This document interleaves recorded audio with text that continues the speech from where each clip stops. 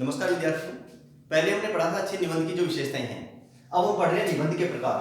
और निबंध के प्रकार क्या हैं, तो किन भागों में अपने इनको बांट सकते हैं। तो निबंध जो है वो मुख्य रूप से 4 प्रकार हैं उसके, वैसे अधिक भी हो सकते हैं, ये मुख्य रूप से 4 प्रकार माने गए हैं। पहला जो प्रकार है वो है वर्णनात्मक है। दूसरा जो इसका प्रकार है वो है विवरणात्मक।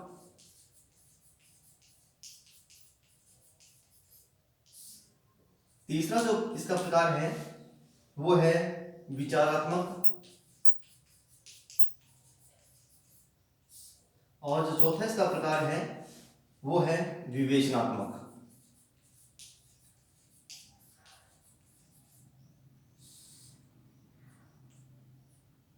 तो इस प्रकार से इसको हम मुख्य 4 भागों में बांट सकते हैं, इसके 4 प्रकार मान सकते हैं।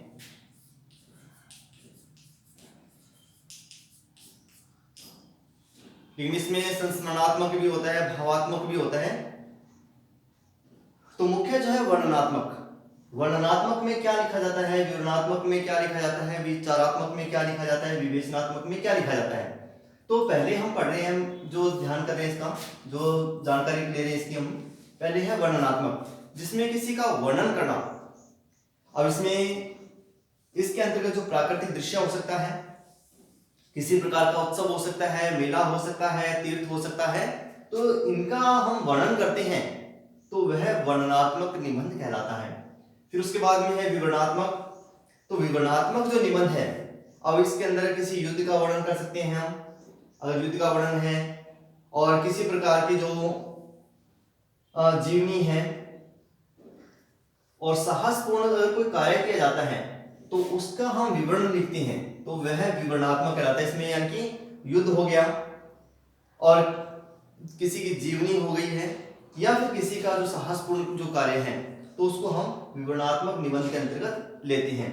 फिर तीसरा है विचारात्मक।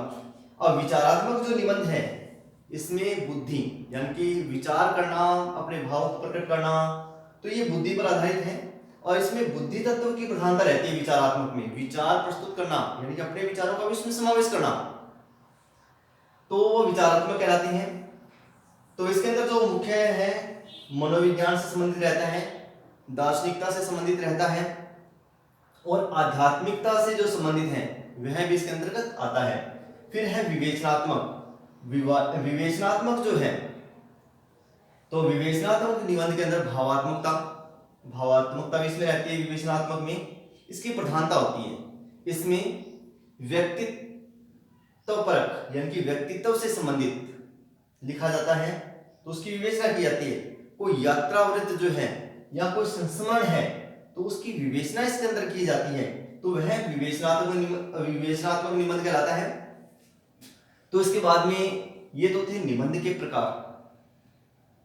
पहला वर्णनात्मक, दूसरा विवरणात्मक, तीसरा विचारात्मक, और चौथा जो है वो विवेचनात्मक निबंध है। तो इसके बाद में जो हम पढ़ रहे हैं आगे, वो है निबंध के अंग।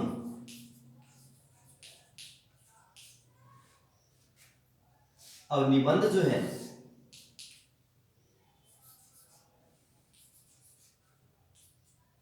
निबंध के अंग, तो निबंध के अंग क्या होंगे, यानी कि कोई भी अगर अपने देखते हैं तो उसका कोई स्ट्रक्चर होता है, ढांचा होता है, तो इसी प्रकार से इसके निबंध के भी अंग माने गए हैं, इसके भी भाग माने गए हैं, कि जिनके द्वारा ये निबंध परिपूर्ण होता है। अब ये कौन कौन से हैं। अब पहला जो है इसका है वो है प्रस्तावना, जिसको हम भूमिका भी कहते हैं। भूमिका, प्रस्तावना या आरंभ।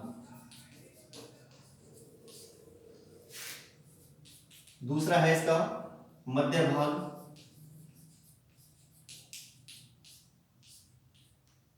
या प्रसार।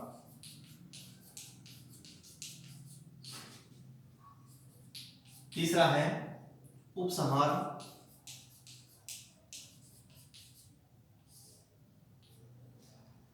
या अंत।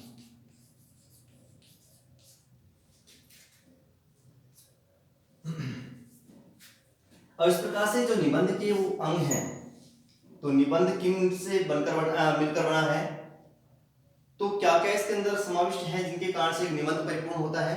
पहले तो है भूमिका, जिसको हम प्रस्तावना भी कहते हैं या आरंभ भी कहते हैं। अब कोई भी अगर निबंध है, अगर हम किसी विषय के बारे में लिख रहे हैं, तो उसकी जो भूमिका अगर हमारी अगर अच्छी होगी, और उसकी प्रस्तावना अगर अच्छी है, तो ही वह प्रभावशाली होता है। अब इसकी अगर भूमिका हमने अच्छे प्रकार से नहीं लिखी है, उसके बारे में बताया नहीं हमने ढंग से, उसका प्रारंभ ही हमारा ढंग से नहीं है, तो वह निबंध हमारा प्रभावशाली नहीं हो सकता। तो सबसे महत्वपूर्ण जो प्रारंभिक अवस्था रहती है वो होती है भूमिका, प्रस्तावना या आरंभ। फिर दूसरा जो इसमें दिया हुआ है, इसका मध्य भाग या प्रसार।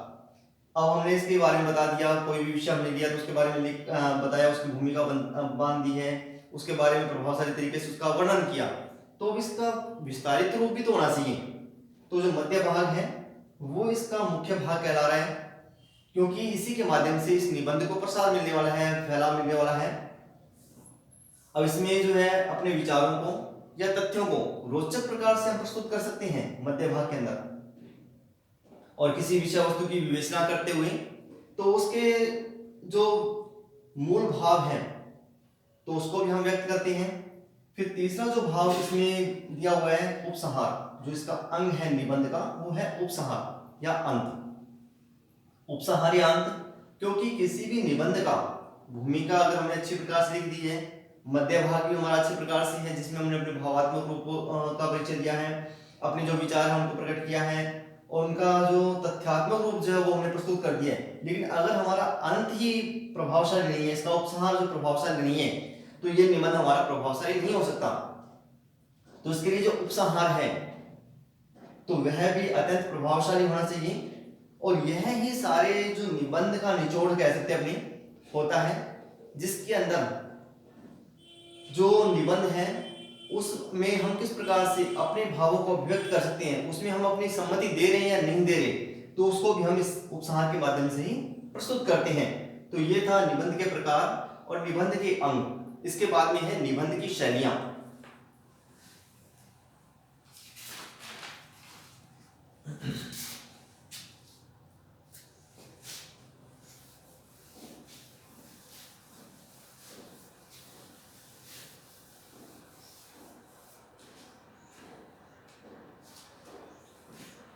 अगला हमारा इसमें बिंदु है निबंध की शैलियां।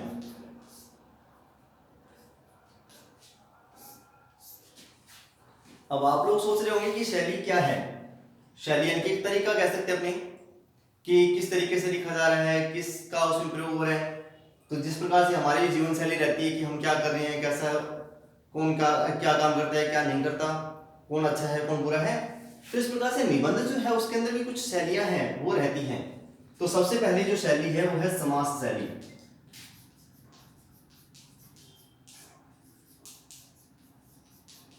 समास शैली। दूसरी है व्यास शैली।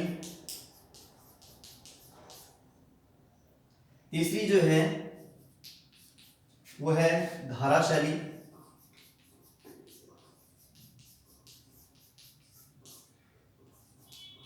जो चौथी शैली है वो है आवेग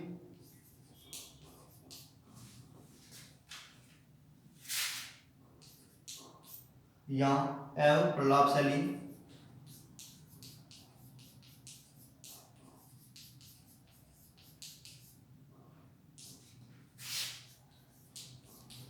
पांचवी जो है वो है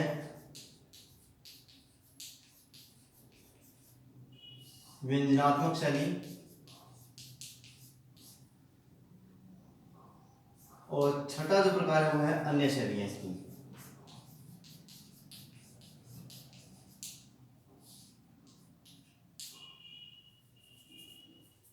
अब अन्य शैलियां जो है उनमें आता है आगमन शैली,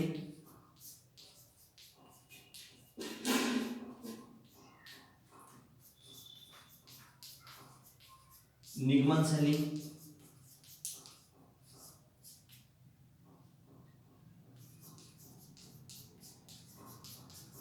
सूत्र शैली,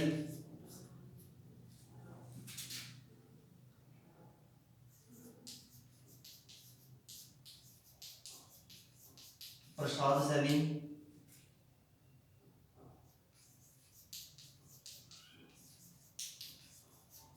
अलंकारिक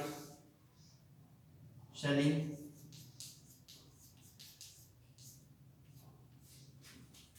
सरस शैली,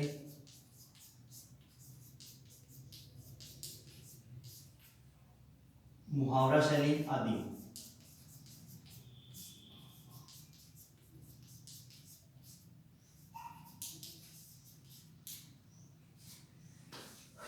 अब ये थी निबंध की शैलियां, क्योंकि निबंध जो अलग अलग शैली में लिखा जाता है। पहला है समास शैली। समास यानी कि जो पास में है, यानी कि जब दो शब्द मिलकर एक शब्द बन जाते हैं तो वह समास शैली कहलाती है। तो इसके अंदर जो भाव है हमारे समास शैली के अंदर, भाषा के जो गुणों के आधार पर इस शैली में जो समासिक शब्द हैं, यानी कि शब्द जो है कम शब्दों का प्रयोग किया जाता है, और समासिक शब्द में यानी कि एक शब्द है उसके अर्थ अलग अलग निकलते हैं ऐसे, क्योंकि उसका विस्तारित करने पर अलग अर्थ निकलते हैं। तो समास शैली, तो इसमें कम शब्दों का प्रयोग किया जाता है लेकिन अर्थ की गंभीरता रहती है, तो वो होती है समास शैली। व्यास शैली, व्यास का मतलब विस्तार करना, विस्तारित रूप में लिखना, तो वह व्यास शैली कहलाती है। धारा शैली, अब धारा शैली जो है तो इसमें अपने विचारों को या जो भाव है उसको प्रखर अभिव्यक्ति दी जाती है, उसको एक धारा के अनुसार इसका प्रयोग किया जाता है, यानी कि जो विचार है, जो भावात्मकता है वो इसमें मुख्य रहती है, वो धारा शैली कहलाती है। फिर उसके बाद में आवेग या प्रलाप शैली। अब इसमें किसी करुणा से संबंधित जब भाव हैं या जो विचार हैं, जब उनको भावों की जो शीघ्रता रहती है, तीव्रता रहती है, सभी तरह के जो प्रभावपूर्ण जो भाव हैं, जो उनकी अभिव्यक्ति है, तो इस आवेग या प्रलाप शैली के अंतर्गत इनका वर्णन किया जाता है। पांचवा है व्यंजनात्मक शैली।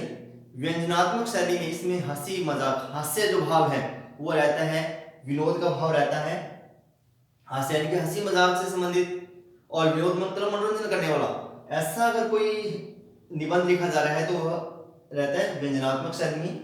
फिर इसके बाद में जो अन्य शैलियां हैं, जो आगमन शैली है, निगमन शैली है, सूत्र शैली है, प्रसाद शैली, अलंकारिक शैली, सरल शैली, मुहावरा शैली आदि है। आगमन में, आगमन और निगमन में यानी कि सरलता से कठिन की ओर अगर हम बढ़ रहे हैं, किसी पहले कठिन विषय का हमने चयन करते हुए उसकी कठिनता के बारे में बताया, उसके बाद में उसकी सरलता की ओर आगे बढ़ रहे हैं। फिर सूत्र शैली, एक सूत्रबद्ध तरीके से अगर हम लिखते हैं, किसी निबंध को लिखते हैं, तथ्यात्मकता का वर्णन जब हम करते हैं, तथ्यों का वर्णन जब करते हैं, तो सूत्र शैली का प्रयोग किया जाता है। प्रसाद, एक आनंद देने वाला जो निबंध रहता है वो इसमें रहता है। अलंकारिक शैली, जिसमें श्रृंगार से संबंधित जो निबंध हैं वो लिखे जाते हैं। सरल शैली यानी कि जिसको हर कोई व्यक्ति जो है, हर कोई पाठक जो है, पढ़ने वाला जो है, जिसको सरलता से समझ लेता है, उसका जो अर्थ है वो ग्रहण कर लेता है, तो वह सरल शैली कहलाती है। और मुहावरा शैली, कई बार हम देखते हैं कि कोई व्यंग्यात्मक निबंध लिखा रहता है तो उसमें अधिक से अधिक मुहावरों का जब प्रयोग किया जा रहा है तो वहां पे ये मुहावरा शैली रहती है। तो मैं आशा करता हूं कि जो हमने पढ़ा है इसमें निबंध लेखन के अंदर, पहले इसके जो गुण थे उनके बारे में पढ़ा हमने, फिर इसके जो प्रकार थे उनके बारे में पढ़ा, फिर इसके जो अंग थे, निबंध के अंग, तो उनके बारे में पढ़ा। उसके बाद में जो निबंध की शैलियां हैं तो इनके बारे में हमने अध्ययन किया। मुझे आशा है कि आप सभी ने इसे अच्छे से ध्यान दिया होगा, पढ़े होंगे आप, तो आप इसे अच्छे से पढ़ें जिससे कि हम निबंध लिखें तो भविष्य में हमें किसी प्रकार की जो दिक्कत है उसका सामना नहीं करना पड़े, किसी प्रकार की समस्या का सामना नहीं करना पड़े, तो हम उनको अलग अलग शैलियों में बांटकर उनका अध्ययन कर सकें, उनका विवेचन कर सकें, उन पर लिख सकें, तो जिससे कि हमें जो निबंध है वो एक लिखने में सरल लगे और श्रेष्ठ जो है वो निबंध हमारा लिखा जाए। धन्यवाद।